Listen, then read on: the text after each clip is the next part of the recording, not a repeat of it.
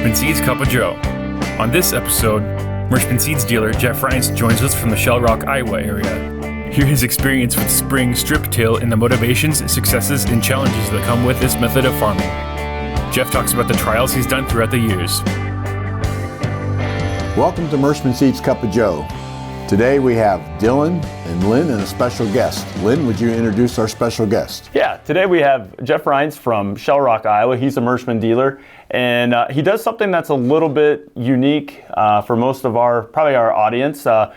He is a very influential person in the strip till world and has had some really good presentations that we have listened to over the past couple of years related to that. So today in Ben's absence, we thought we'd bring in a subject expert that Ben is very passionate about, and that's strip till. So Jeff, good morning and welcome to Cup of Joe. Yeah, good morning. Greetings from Northeast Iowa. So just to start here, if you want to just kind of describe, I guess the evolution of how you got into the strip till world. Well, I'll try and make that short. It could be an hour-long discussion, but back in the 90s, was playing around with no-till corn, just wasn't real satisfied with that. Then we went to a system that was made called the Rawson Zone Till. Basically the three coulters on a heavy toolbar, injecting fertilizer, and then a 3-point planter right behind it. That worked pretty good, but you're always in that sticky dirt. Then we went to a shank type strip till rig. Just couldn't get it always done in the fall like I wanted to. And along with being a seed dealer and stuff, right after harvest tends to get pretty busy. Then in 2008, we switched to spring strip till with a colder type application, the Dawn Pluribus units that use the three coulters and then the pulverizing wheel. And we really like that setup. Takes considerably less horsepower than the shank machine and allows us to band our main nutrients to get more efficiency out of that fertilizer. Like I say, we've been doing that since 2008. So we've had a lot of experience with that. Are you liquid or dry? We're dry fertilizer. It's a dry blend.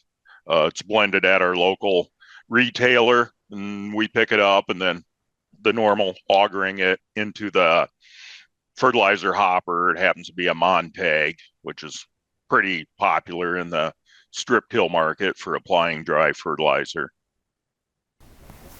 Very good.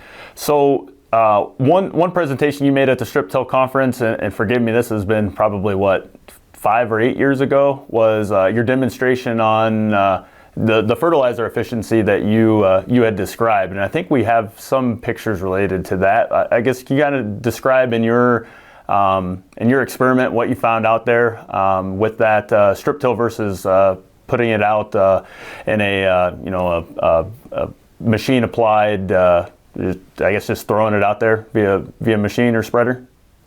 Yes, and I'm sure you'll bring up those pictures of the whiteboards I made, and actually the date on those pictures are 2014, so that's almost 11 years ago. And what we did, I had the idea. We took a 30-inch wide board to replicate a 30-inch row of corn. We weighed out the fertilizer that we'd be applying, so many grams per square foot. Took a little computation to get it down, and kind of did the artsy thing of gluing the fertilizer to the board. My wife helped me with some stuff from Hobby Lobby, of course. But what it really visualized is, then we broadcast the fertilizer, like on a broadcast rate, on a full removal rate. You're actually putting on 3 3/4 grams of fertilizer per square foot. But when we banned that, then we went to 75% of that, quote, broadcast rate.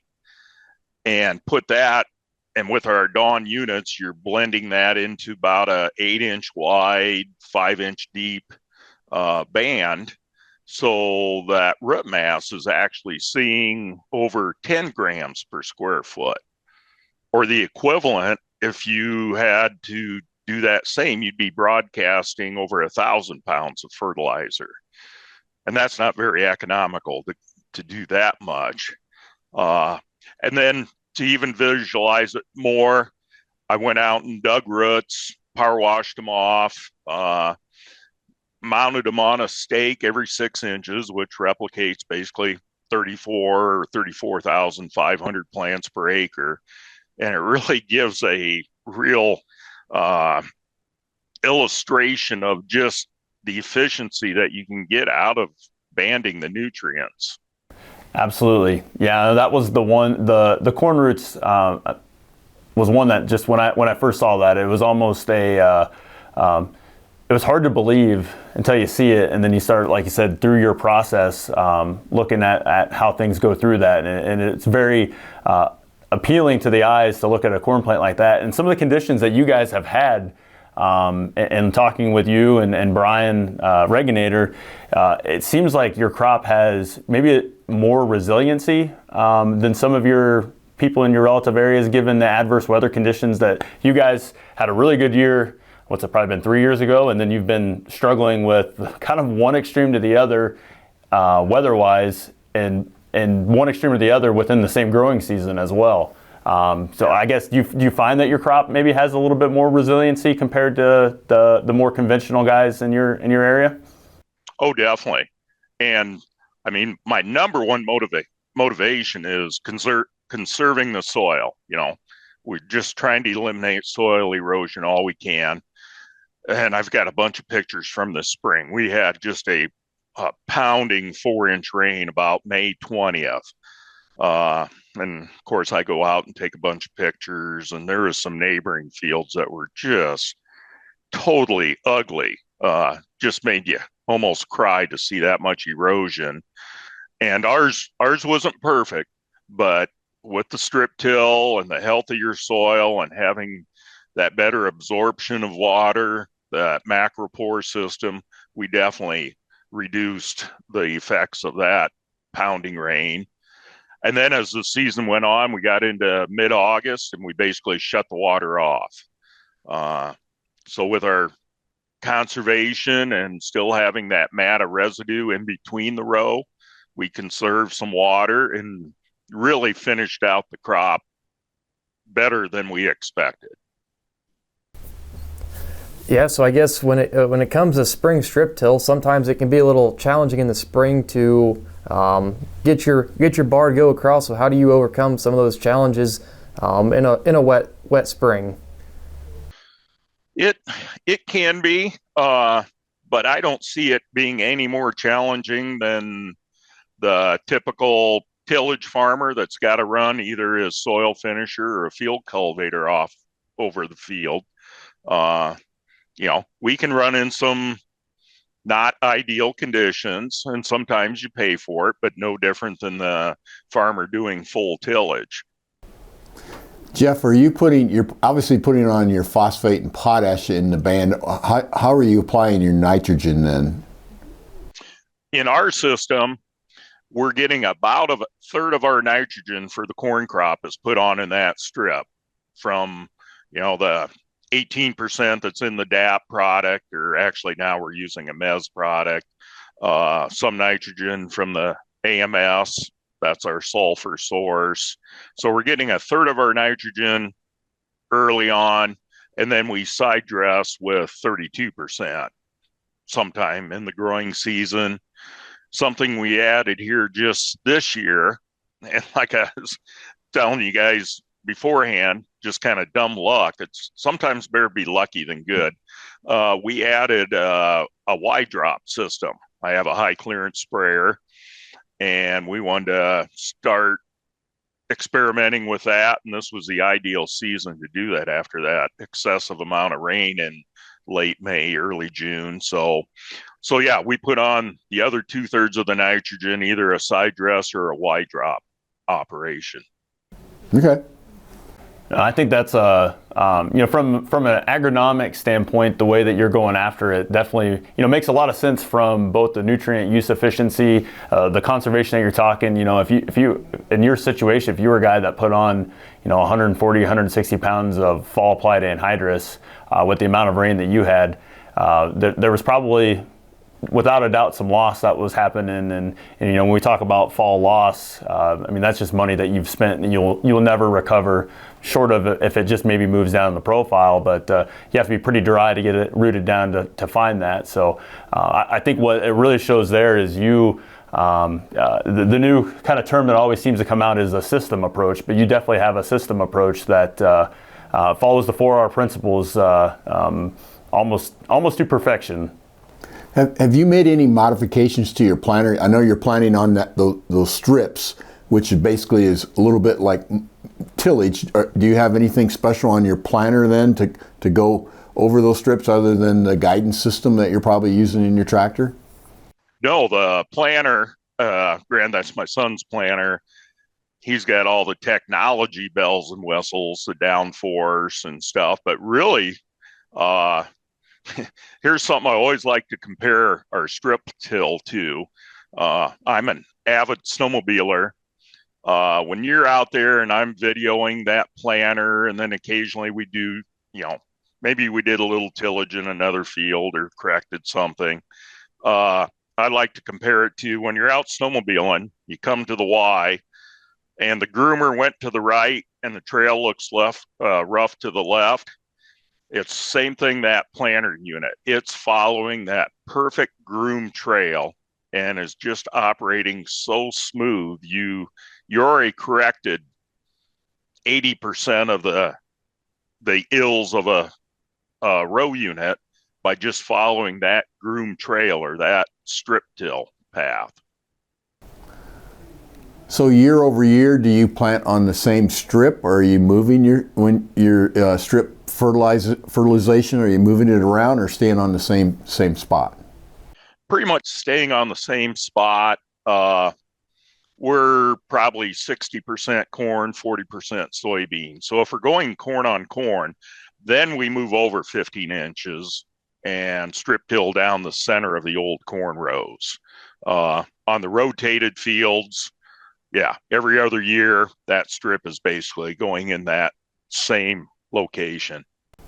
Are you strip tilling your soybeans every year then too, besides corn? No. The only strip till we do ahead of soybeans is for my variety show plot, just because it's so much easier to put a plot in with a 30-inch row planter than a 15-inch row planter. So our beans are typically, we'll vertical till our corn stalks in the fall, putting on a cover crop with that vertical till, and then in the spring, terminate that cover crop and then plant right into those corn stalks with the 15-inch row planter. Okay. Yeah, so I guess that brings us into the soybean side of things. You had a very good or a very nice trial this year on fungicide and insecticide. It looks like you do experimentation very well. Can you tell us a little bit about what you saw from your trials this past fall? Yes, that trial that I did there with the fungicide, combination of fungicide and insecticide, we ended up a 9.7 bushel advantage. We don't see that much advantage overall, but I'm a firm believer in the fungicide and insecticide. And we've even gone to an additional insecticide to handle the stink bug, which is almost impossible to scout for. So we're keeping that controlled. But this particular trial I laid out, it was 9.7 bushel. And as I went back through all the satellite imagery, that showed up starting probably shortly after application. It showed up in the vegetative growth every week that we get that updated image. And it even showed up on that particular field. There's other little spots, or when I'm spraying a fungicide, you don't always come back and pick up that last little point row or that last little triangle. And that even showed up on the satellite imagery. So something sure clicked on that trial, and we'll continue to always use fungicide and insecticide on our soybeans. So you had that wet spell, and then you went completely dry, and you still saw a really nice response from your fungicide, insecticide. Is this particular trial something that you do annually, or is this something that you just kind of thought you wanted to test out for this year? No, typically I'll do a couple of those trials every year. I'll lay them out as I'm spraying, and we're getting to the mapping where, we can overlay that into our harvest maps and stuff. So the technology has really helped with laying out a multitude of trials through the year. Something we're going to try and do a little more of this year. We've gone to ahead of our soybeans. We're applying a potash and a sulfur, an AMS, ahead of the soybean crop, and been reading articles. And another independent agronomist we work with is showing like a 90% consistency to a sulfur application ahead of the beans. So I'm going to try and play around maybe 3 or 4 gallon of ATS along with my pre-emerge burn down herbicide, or possibly banding some of that near the row. So more results to come next fall. Absolutely, and I think that is kudos for you for doing that. There's always something that you provide us with a wealth of knowledge every year in your trialing, and that's something that I kind of wish more farmers would do, is do some form of their own experimentation, because there's always something good that you can find out about your farm or a product. And like you said, this fungicide insecticide, we've always heard 5 to 12 is kind of just a range there. And yeah, like you said, 9.7 bushel. I think you had come up with $107 per acre income difference. That if you're not looking at that as a potential application with these tougher commodity times, you're leaving a $100 bill out in the field. Probably not a lot of people would want to do that this year. So. That's for sure. Yes, commodities are a little tight right now.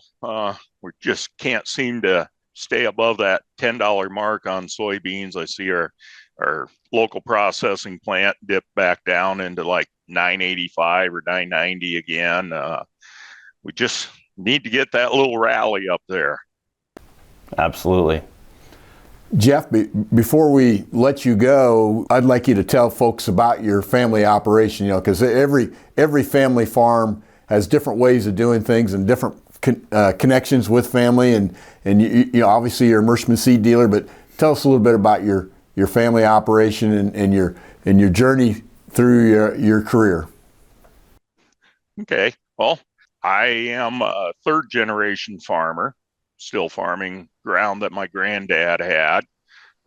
Then I followed my father's footsteps, joined in the operation and added to it.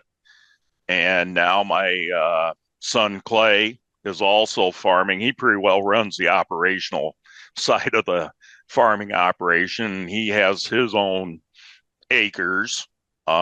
And then there's another individual, Bruce Swinton, that farms with us. So basically we're 3 farmers farming together that all have a lot of skin in the game.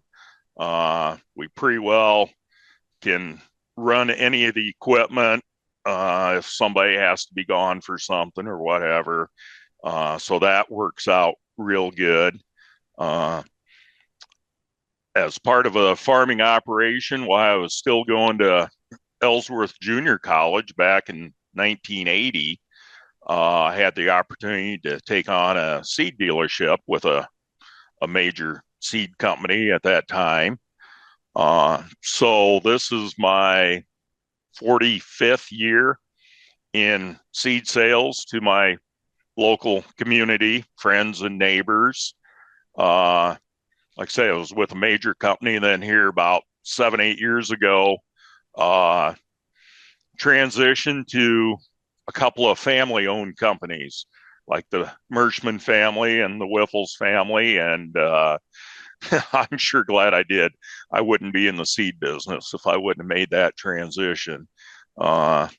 Sometimes that corporate world just gets a little more than what just a po-dirt farmer here in Butler County can handle. So I really appreciate working with you guys.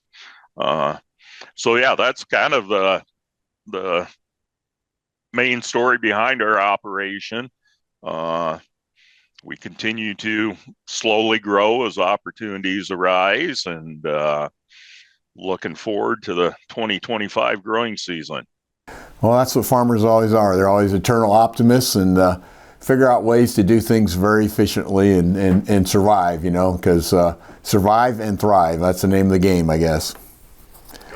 Well, if we don't have anything else, I'll ask Jeff to hang around just for a little bit for the corny joke, and I always try to be timely with my jokes, try to come up with some angle that people can relate to. Well, as you know right now, eggs are a big deal, the national news, when they talk about eggs and whatnot. And I know Iowa, eggs are important. We have 20 million chickens in Iowa laying eggs, so it's a big deal, So anyhow, I found a joke, and it's also, this joke is a little bit about how innovative farmers are. I mean, you just talked about your operation and different things that you've done with strip till and whatnot to be more innovative and whatnot. So I'm combining them all into this joke, okay? Innovation from the farmer's perspective and eggs. And so the title of this story is called Chicken Crossing. Chicken Crossing, okay? Farmer Jack once lived on a quiet rural highway, but as time went by, the traffic slowly built up and eventually got so heavy and so fast, his free-range chickens were being run over at a rate of 3 to 6 per week. So Farmer Jack called the local sheriff and complained, "You've got to do something about all these people driving so fast and killing my chickens." And the local officer or the sheriff said, "Well, what do you want me to do?" "I don't care, just do something about these crazy drivers." So the next day, the sheriff had the sign put up that said, "School crossing." 3 days later, Farmer Jack called the sheriff and said, "You've still got to do something about these drivers. That school crossing sign seems to make them even go faster." So again, he put up a new sign, the local sheriff, "Slow, children at play." That really sped them up. So Farmer Jack called again to the sheriff and said, your signs are no good. Can I put up my own sign?" In order to get Farmer Jack off his back, the sheriff said, "Sure, put up your own sign." The phone calls to the sheriff stopped, but curiosity got the better of the sheriff, so he called the farmer. "How's the problem with speeding drivers? Did you put up your sign?" "Oh, I sure did. Not one chicken has been killed." The sheriff was really curious and thought, "I'd better go out and take a look at the sign." He also thought the sign might be something the sheriff could use elsewhere to slow drivers down. So he drove out to Farmer Jack's house. His jaw dropped the moment he saw the sign. The sign said, "Nudist colony. Slow down and watch for the chicks."